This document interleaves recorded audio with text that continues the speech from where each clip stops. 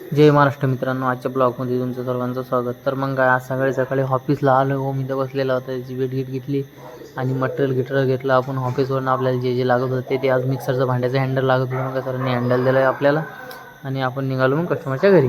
मग काय, बँगलोर हवेवर पोचल्यानंतर समजलं पाहू मला तिथं थांबायचं होतं 15-20 मिनटं. फार जाम लागलेलं होतं, माणुंगीपासून बावधनपर्यंत जाम. तेवढा छोटासा व्हिडिओ घेतला आणि तिथनं निघालो सीधा कॉलवरती. कस्टमरच्या गावात पोचलो. सरपंचाच्या घरी काम होतं. सरपंचाच्या घरी आपल्याला फॅन इन्स्टॉलेशन करायचं, रिपेअर करायचं. मग काय, फॅन आवाज मारायचा, नॉईज करत होता भरपूर. तिथं आपण फटाफट फॅन खोलून घेतला आणि बेरिंग एक्सचेंज करून फॅन जसा होता तसा आपण कस्टमरला बसून दिला. रिझल्ट एक नंबर फॅन काम झालं आहे. तिथनं निघालो डायरेक्ट दुसऱ्या कॉलवर. मग काय, एक नंबर नजारा होता, खतरनाक पैकी गेलो. असं पाणी चालू होतं थोडं वरून, म्हणजे बघू शकता तुम्ही. आता मी सांगतो तुम्हाला बा, पाय इकून तिकून नजारा बा किती भारी. हा एक नंबर, म्हणजे आनंद जीव झाला.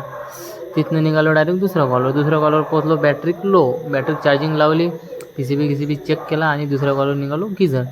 तिथं गेल्यानंतर मग काय, गिझर बघितलं, गिझरचा प्रॉब्लेम फटकन सॉल्व केला. मग निघालो दुसऱ्या कॉलवर पण गिझरचंच काम होतं. मग काय, गिझरची कॉईल गेलेली होती. मग काय, पुरं गिझर खोलावं लागलं. फटाफट गिझर खोलून घेतलं आणि कॉईल एक्सचेंज करून परत ते गिझर जसं खोललं आहे आपण तसंच ते गिझर लावून दिलं. मग काय, हा एक पोट्टा होता, खूप मदत करत जा. कस्टमरचा पोरगा होता.